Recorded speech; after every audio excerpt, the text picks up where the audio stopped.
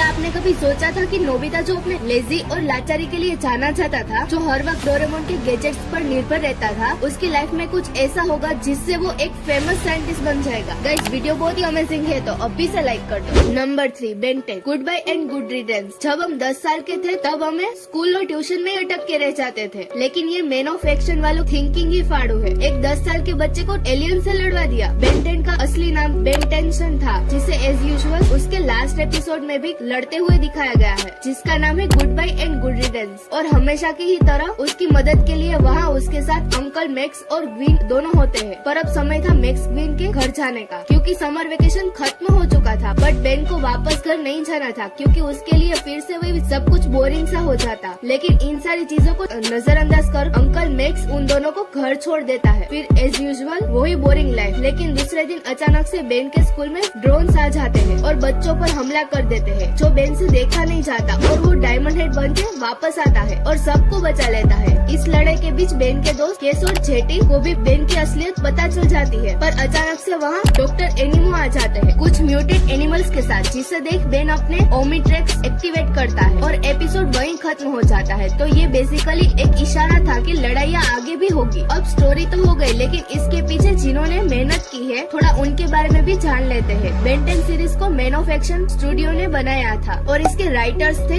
डुनकेन रोआलियो, जोए केसाई, Joe Kelly और Steven T Seagle. Man of action studio ने Ben 10 जैसी series के साथ साथ अल्टीमेट स्पाइडरमैन और मार्वल के साथ भी कई सीरीज बनाए हैं। इस सीरीज की शुरुआत 27 दिसंबर 2005 को हुई थी, जो कुछ 3 साल तक चली, और 15 अप्रैल 2008 को इसका फाइनल एपिसोड दिखाया गया। Number 2, Doraemon. अगर मैं कहूँ कि सूरज दिन की जगह कल से रात में उगेगा, तो क्या आप इस बात को मानोगे? नहीं ना। लेकिन ऐसा ही कुछ डोरेमोन के लास्ट एपिसोड में भी हुआ है। सूरज रात में नहीं उगा था, बल्कि नोबिता, जिसे हमने हर वक्त आलसपन काम चोरी करते देखा है, वो एक सक्सेसफुल साइंटिस्ट बन जाता है। एपिसोड की शुरुआत ही नोबिता से होती है, जहाँ वो डोरेमोन से गैजेट्स मांगता है, पर उसे पता नहीं होता कि डोरेमोन की बैटरी खत्म होने से वो खराब हो गया है, और उस समय ऐसी टेक्नोलॉजी नहीं थी जिसे डोरेमोन ठीक किया जा सके। इसी के चलते नोबिता ठान लेता है कि वो मस्तियाँ छोड़ नॉलेज पाने में अपना पूरा समय लगाएगा, ताकि वो डोरेमोन को ठीक कर सके। एंड लास्ट में ऐसा ही कुछ होता है। तो नोबिता एक फेमस साइंटिस्ट बनने के साथ साथ डोरेमोन को भी ठीक कर देता है। हालांकि उसमें कई साल बीत जाते हैं, पर इस बात से बेखबर डोरेमोन जब होश में आता है तो उसका सबसे पहला सवाल होता है, नोबिता, क्या तुमने अपना होमवर्क कर लिया? Number 1, Looney Tunes super rabbits. Looney Tunes बच्चों का मनपसंद शो हुआ करता था, लेकिन क्या आपको पता है कि इस शो के कई एपिसोड को डिलीट करना पड़ा था, क्योंकि ये शो एक टाइम पे कंट्रोवर्शियल बन गया था। अगर आपको नहीं पता तो कोई बात नहीं, मैं तो हुई आपको बताने के लिए। पर उसके पहले लूनी ट्यून्स के लास्ट एपिसोड में क्या हुआ था ये जान लेते हैं। तो लूनी ट्यून्स का लास्ट एपिसोड था सुपर रैबिट्स, जिसमें बग्स बनी एक न्यूज़पेपर पढ़ता है। उसे ये पता चलता है कि टेक्सास एक कॉटन टेलिस्मिथ हंटर सारे रैबिट्स को खत्म कर रहा है। बग्स बनी को लगता है कि वो उनका मसीहा बन उनको बचाएगा, और सुपरमैन का ड्रेस पहन उड़ के वो टेक्सास पहुंच जाता है। हालांकि वो ऐसा सोच के जाता है, लेकिन ऐसा कुछ कर नहीं पाता और वो एटलास सरेंडर कर देता है। वैसे लूनी ट्यून्स उस समय लोगों का काफी चहीता शो था, जो कि एक अमेरिकन एनिमेट सीरीज है जिसे वर्नर ब्रदर्स ने प्रोड्यूस किया था। इसकी ओरिजिनल सीरीज 1930 से 1969 तक चली थी। हालांकि उसके बाद उसके काफी फ्रेंचाइजर आए, पर उनको इतनी रेटिंग्स नहीं मिली जितनी बाकी के शोज को। गाइस, आपको आज का वीडियो अच्छा लगे तो वीडियो को लाइक करें और ऐसे अमेजिंग वीडियो के लिए चैनल को सब्सक्राइब कर ले। Thank you for watching.